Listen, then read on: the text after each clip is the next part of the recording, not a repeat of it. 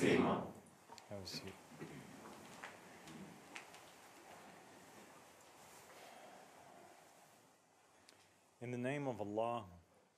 بسم الله الواحد القهار.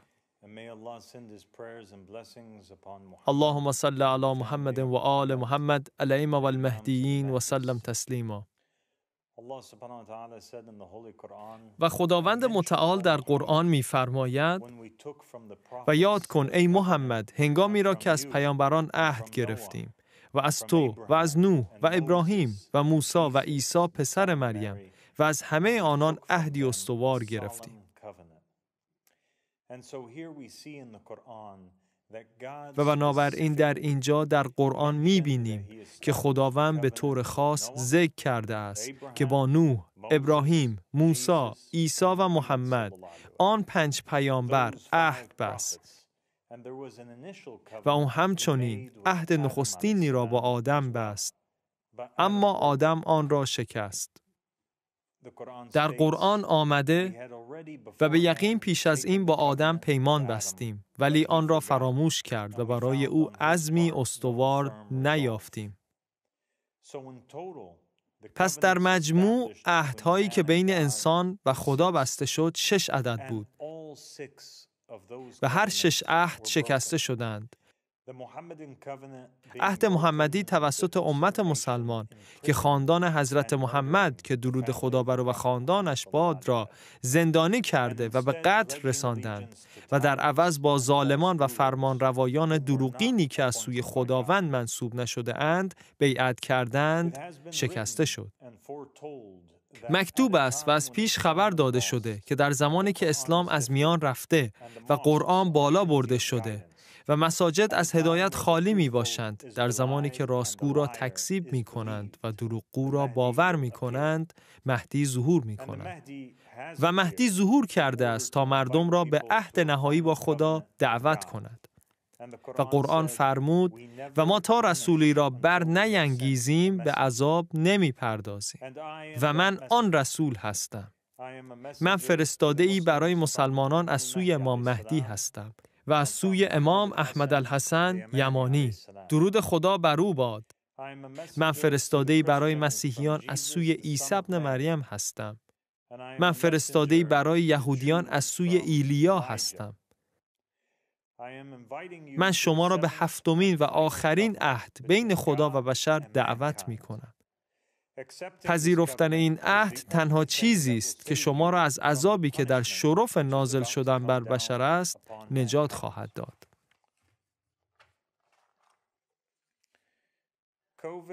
کووید صرفاً آغاز آن عذاب و پیشگام بود.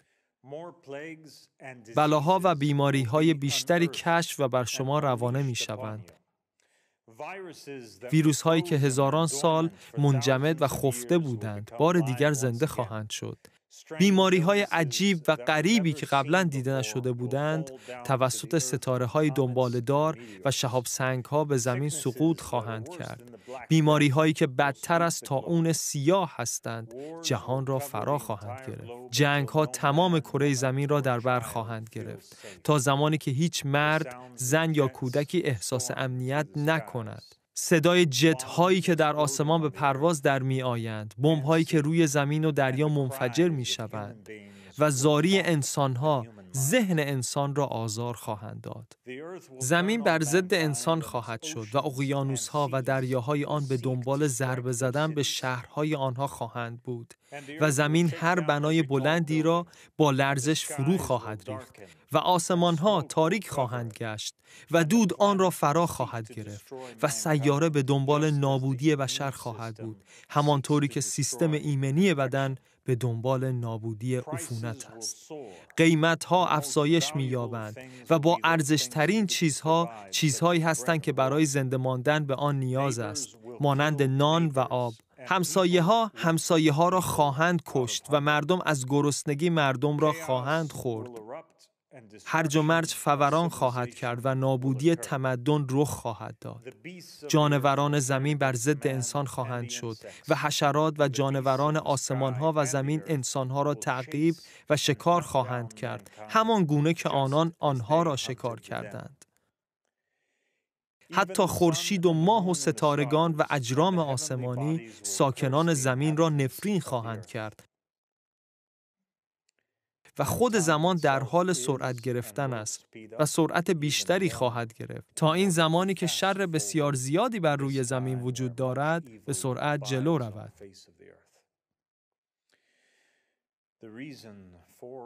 علت تمام اینها این است که بشر انتخاب کرد تا خدا را رد کند. زمانی بنی اسرائیل همین کار را کردند. در تورات آمده است: پس مشایخ اسرائیل جملگی گرد آمده نزد سموئیل به رامه رفتند و او را گفتند: اینک تو پیر شده ای و پسرانت به راههای تو سلوک نمی کنند. پس اکنون برای ما پادشاهی برگمار تا همچون همه اقوام دیگر ما را رهبری کند.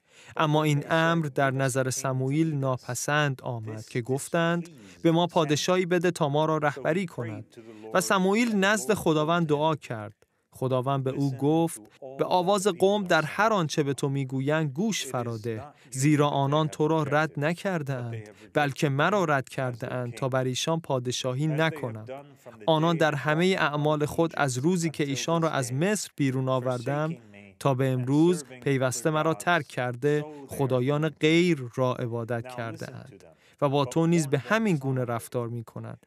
پس حال آوازشان را بشنو، فقط به تأکید به آنها هشدار بده و ایشان را از رسم پادشاهی که بر آنان حکم خواهد راند آگاه ساز. پس سموئیل تمامی سخنان خداوند را برای قوم که از او پادشاه می‌خواستند بازگو کرد.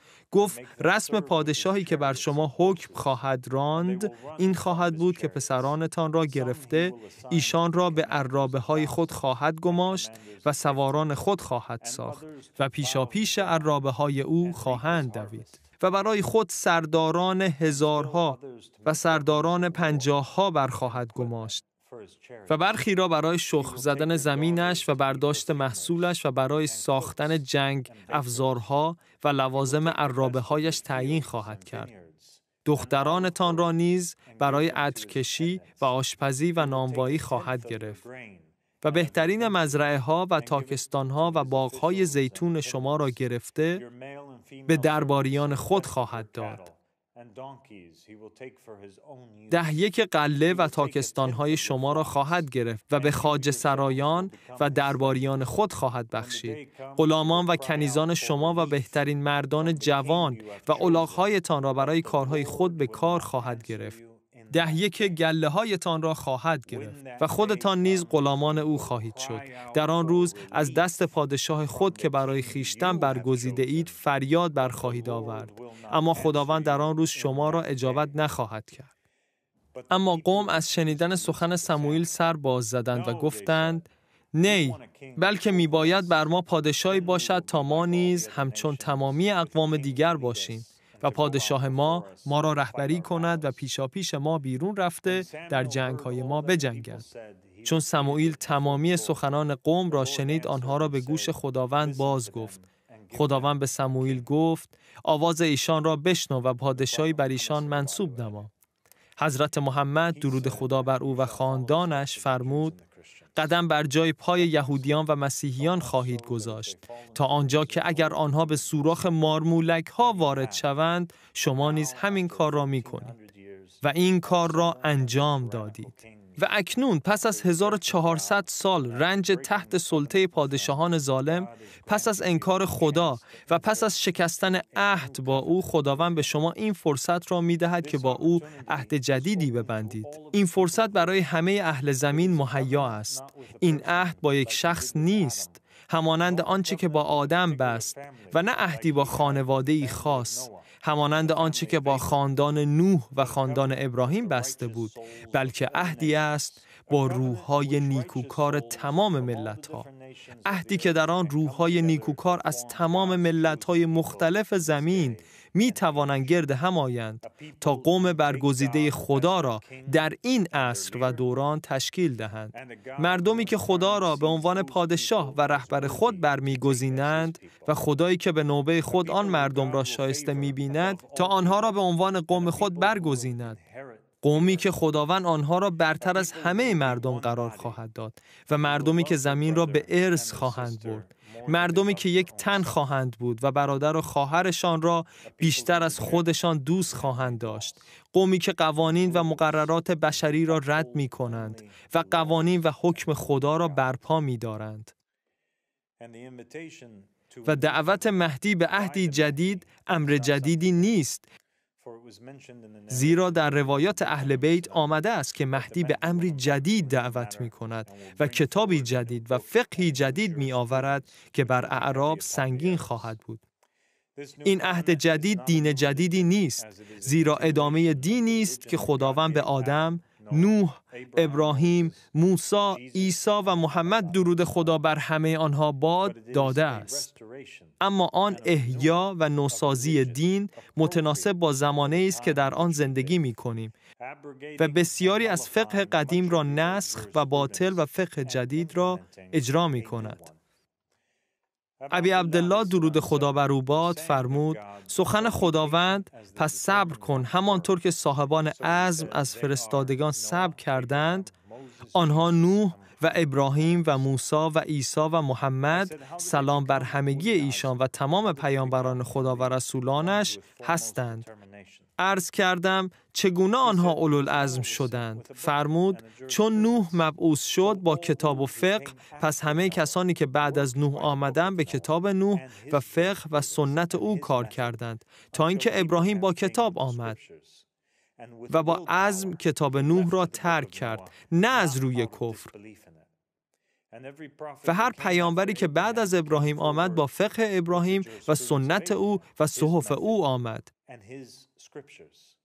تا اینکه موسی با تورات آمد و با عزم صحف را ترک کرد.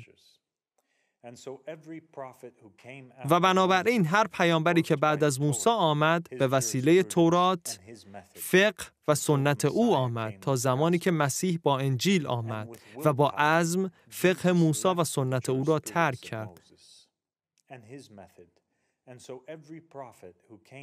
و هر پیامبری که بعد از مسیح آمد به فقه و سنت او کار کرد تا اینکه حضرت محمد درود خدا بر او و خاندانش آمد و قرآن و فقه و سنت خود را به پیش آورد. پس حلال او تا روز قیامت حلال میماند و حرامش تا روز قیامت حرام میماند.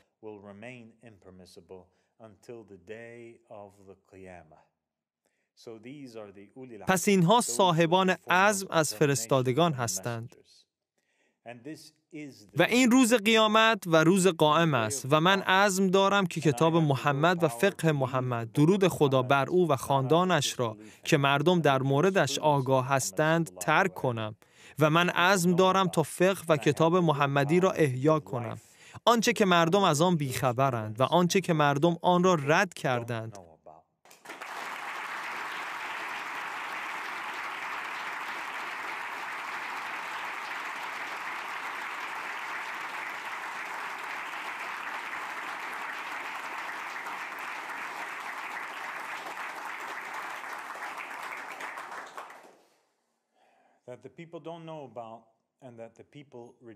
آنچه که مردم از آن بیخبرند و آنچه که مردم آن را رد کردند، هنگامی که علی بن ابی طالب و حسن و حسین، زین العابدین، الباقر، الصادق، الکاظم، الرضا، الجواد، الهادی، العسکری، محمد ابن الحسن و احمد الحسن درود بر او را رد کردند. به آدم هرچه از زمین رویده بود داده شد تا بخورد، اما به نوح گوشت داده شد تا بخورد و به ابراهیم به عنوان بخشی از فقه او ختنه داده شد و آن هرگز بخشی از فقه کسانی که پیشتر آمدن نبود. و به موسی 10 فرمان داده شد که با آنچه به ابراهیم داده شده بود متفاوت بود. و عیسی ازدواج مرد با بیش از یک زن را حرام کرد و محمد درود خدا بر او و خاندانش قبله را از اورشلیم به مکه تغییر داد. حمل کننده فقه بالاتر از فقه است و فقه بالاتر از او نیست. همانطور که عیسی تصریح کرد شبات برای انسان مقرر شده، نه انسان برای شبات. بنابراین پسر انسان حتی صاحب شبات است.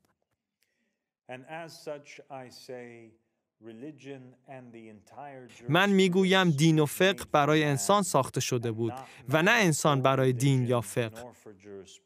و پسر انسان پروردگار حتی دین است و او مجری فقه می باشد و او حلال و حرام است. در فقه عهد هفتم اعلام ایمان این است: هیچ خدای جز الله نیست و محمد رسول الله است. و علی و امامان از پسران او حجت‌های خدا هستند. و مهدی و مهدی‌ها حجت‌های خدا هستند.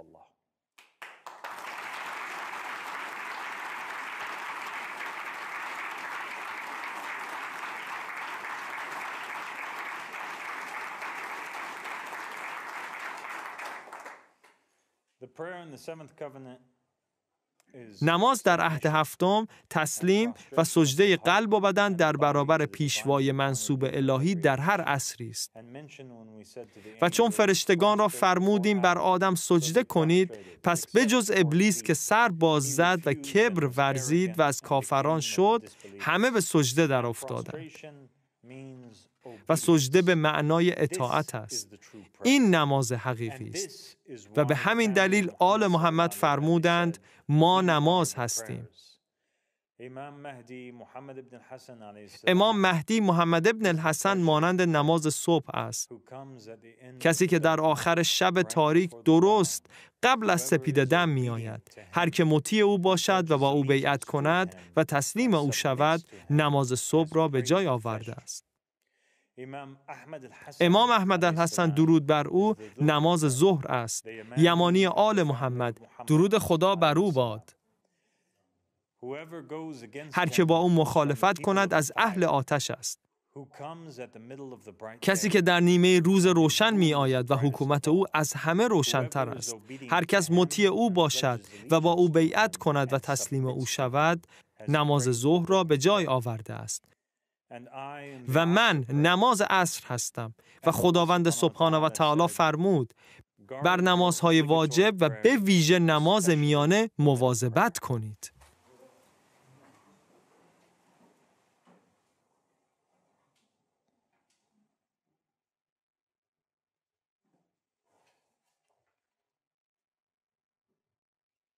Rise, my brothers and sisters.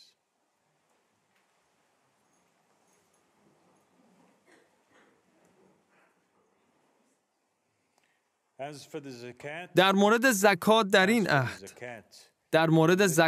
این عهد پرداخت 10 پوند یک بار در سال به فقرا به سختی انجام وظیفه یک انسان است، چه برسد به یک مسلمان. زکات آن است که فقط نیاز خود را از دنیا بگیری و به برادر و خواهرت هر چه که نیاز دارند را بدهی پیش از آن که نیاز خود را بگیری.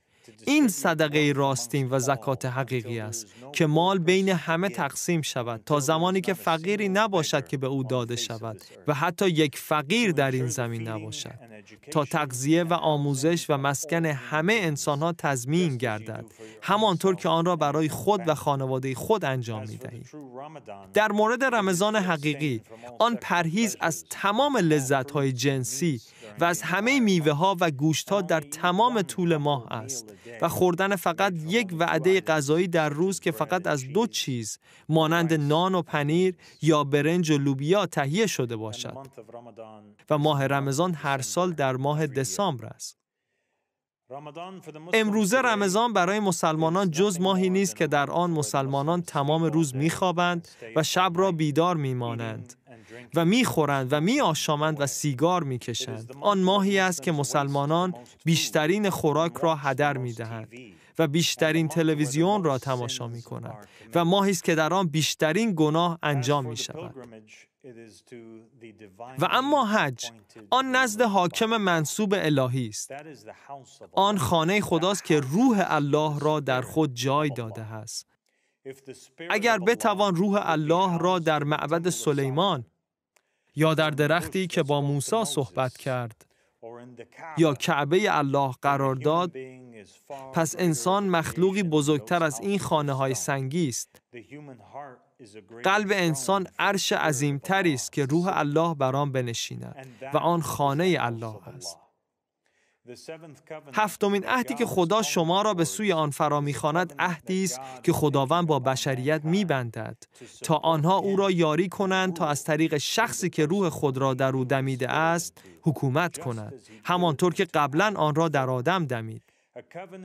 عهدی برای برپایی حکومت خدا بر روی زمین، همانطور که در بهشت بالا از طریق اطاعت و تسلیم در برابر روح او در هر عصری می باشد.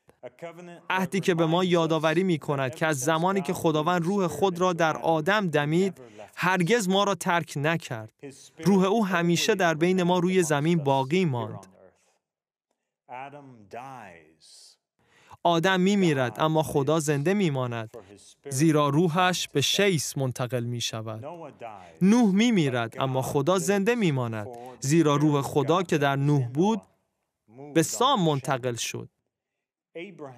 ابراهیم می میرد اما خدا زنده می ماند، زیرا روح خدا که در ابراهیم بود به اسحاق منتقل شد. موسی می میرد اما خدا زنده می ماند، زیرا روح خدا که در موسی بود به یوشع منتقل شد. عیسی می میرد اما خدا زنده می ماند، زیرا روح خدا که در عیسی بود به پتروس منتقل شد.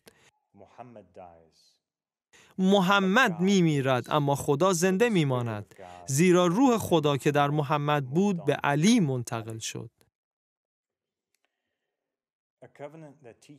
عهدی که به ما می آموزد که رستگاری در ایمان به و اطاعت از و یاری به روح خدا قرار دارد و آن حاکمیت و فرمانروایی خداوند سبحان و تعالی است. پرستش آن روح با اطاعت و سجده به خانه‌ای که در هر عصری و دورانی در آن ساکن است، دین حق و توحید حقیقی است. پرستیدن روح القدس که در آدم دمیده شد از طریق اطاعت و سجده بر آدم بدون پرستش آدم گوشت و خون. اطاعت و سجده بر عیسی بدون پرستش عیسی گوشت و خون. اطاعت و سجده بر محمد بدون پرستش محمد گوشت و خون. پس در آن هنگام آن پرستش خداست. عهد هفتم عهد آزادی است که در آن به دین خالص باز می‌گردیم و باطل را از ذهن خود پاک می‌کنیم و خود را از تمام باورها و عقاید نادرستی که در حین بزرگ شدن به ما آموخته‌اند پاک و رها می‌سازیم. بنی اسرائیل پیش از این بسیاری از حلالها را حرام کردند و به دلیل پیروی از علمای غیر عامل بندها و زنجیرها بر روی خود گذاشتند. قرآن فرمود همه خوراکی‌ها بر بنی اسرائیل حلال بود جز آنچه پیش از نزول تورات اسرائیل بر خویشتن حرام ساخته بود. عهدی با خدا که ما را از عبادت شیطان رهایی می‌بخشد، زیرا خداوند در قرآن می‌فرماید ای فرزندان آدم، مگر با شما عهد نکرده بودم که شیطان را مپرستید، زیرا وی دشمن آشکار شماست. روح خدا در هر عصری وجه تمایز بین پرستندگان خدا و پرستندگان شیطان است. کسانی که خدا را میپرستند کسانی هستند که به حرف خدا گوش میدهند و کسانی که شیطان را میپرستند کسانی هستند که به حرف شیطان گوش میدهند و کسانی که به خدا گوش میدهند فرزندان خدا هستند و کسانی که به شیطان گوش میدهند فرزندان شیطان هستند. عیسی به یهودیانی که او را آزار میدادند فرمود اگر فرزندان ابراهیم بودید همچون ابراهیم رفتار می‌کردید، اما شما در پی کشتن من هستید و من آنم که حقیقتی را که از خدا شنیدم به شما باز گفتم. ابراهیم چنین رفتار نکرد، اما شما اعمال پدر خود را انجام می‌دهید. گفتند ما حرامزاده نیستیم، یک پدر داریم که همانا خداست. عیسی به ایشان گفت اگر خدا پدر شما بود مرا دوست می‌داشتید، زیرا من از جانب خدا آمدم و اکنون در اینجا هستم. من از جانب خود نیامدم بلکه او مرا فرستاده است. از چه رو سخنان مرا در نمی‌یابید؟ از آن رو که نمیتوانید کلام مرا بپذیرید. شما به پدرتان ابلیس تعلق دارید و در پی انجام خواسته های اویید. او از آغاز قاتل بود و با حقیقت نسبتی نداشت، زیرا هیچ حقیقتی در او نیست. هرگاه دروغ میگوید از ذات خود میگوید، چرا که دروغگو و پدر همه دروغ هاست. اما شما سخنم را باور نمی کنید، از آن رو که حقیقت را به شما میگویم. کدام یک از شما میتواند مرا به گناهی محکوم کند؟ پس اگر حقیقت را به شما میگویم، چرا سخنم را باور نمی کنید؟ کسی که از خداست کلام خدا را میپذیرد، اما شما نمیپذیرید، از آن رو که از خدا نیستید. هر کس به من گوش دهد و از من استقبال کند، به راستی منتظر مهدی بوده است و پدرش آدم است. و هر کس مرا انکار کند، از مهدی بیزار است و پدرش ابلیس، لعنت خدا بر او است.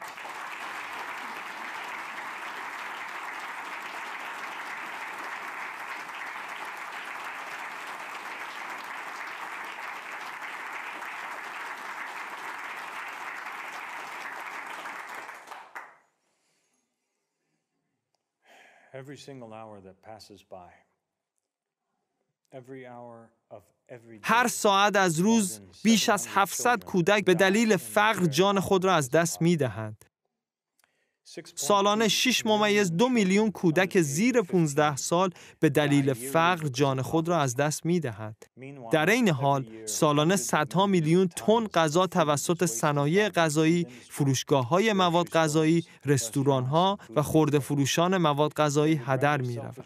آنها ترجیح می‌دهند به جای اینکه آن را به فقرا بدهند، خودخواهانه آن را هدر دهند تا بر سود آنها تأثیری نگذارند و بر مالیات آنها تأثیری نگذارند. صنعت مد سالانه 92 میلیون تن لباس را می‌سوزاند و از بین می‌برد.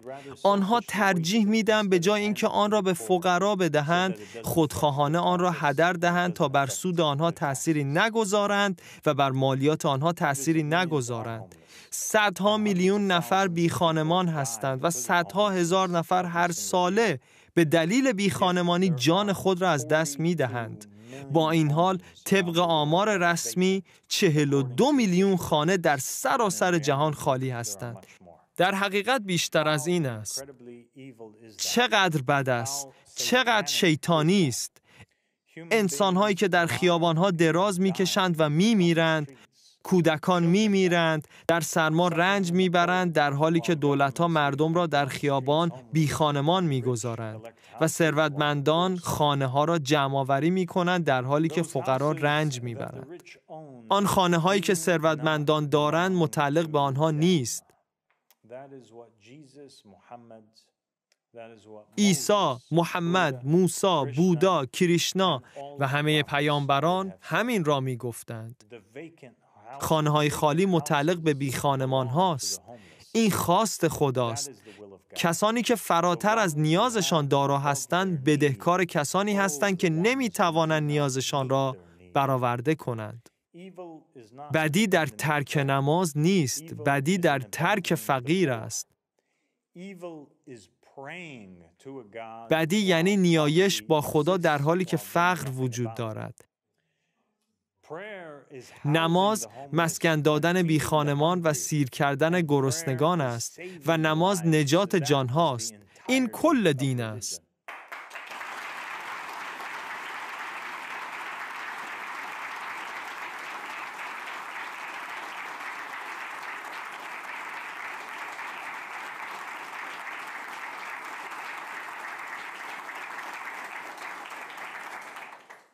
روزه پرهیز از هر چیزی است که بیش از نیاز شماست تا برادر و خواهرتان داشته باشند.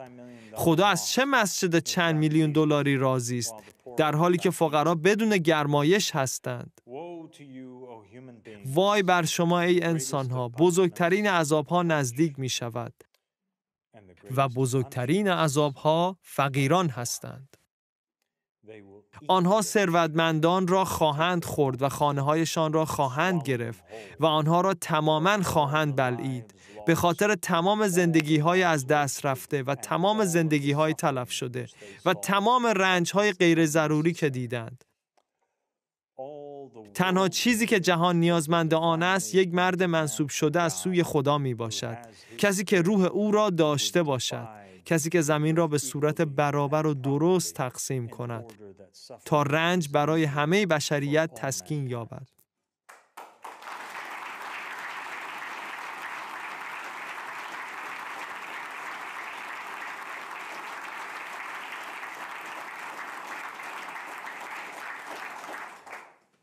من آمدم تا شما را به چیزی جز حق دعوت کنم و جز عدالت. من صدای فقیران و گناهکارانم. من برای آنها یک بشارت را موعظه می کنم که آنها در شرف به ارث بردن زمین هستند. من آنها را موعظه می کنم که ای گناهکاران این عهد را بپذیرید و با خدا بیعت کنید و گناهان شما آمرزیده و پاک می شود و بر کسانی که باعث گناه شما شده اند بازگردانده می شود. ستمگران شما، رهبران منسوب شیطان و فرزندانش. من جز برای گناهکاران پشیمان نیامده‌ام. من برای دزدی که به خاطر فقر مجبور به دزدی شد، فاحشه‌ای که مجبور شد خود را بفروشد تا بچه‌هایش بخورند، برای فروشندگان مواد مخدر که در زندگی چاره‌ای نداشتند آمده‌ام. من برای مرد خرد شده و زن خرد شده آمدم، کسانی که با مکر زندگیشان از آنها گرفته شد. من همان شمشیری هستم که منتظرش بودند و هدفش کسانی است که ثروتشان را ربودند. من منجی فقرا هستم. من جز برای گدایان و بینوایان نیامدم. من برای گرسنگان و کسانی که بدون چیزی به خواب رفتند می آیم.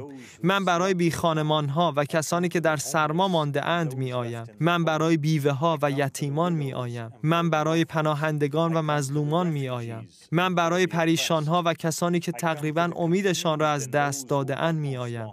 من برای همه آن فرزندان گم شده خدا می آیم. می آیم تا به شما بگویم پدرتان اینجاست.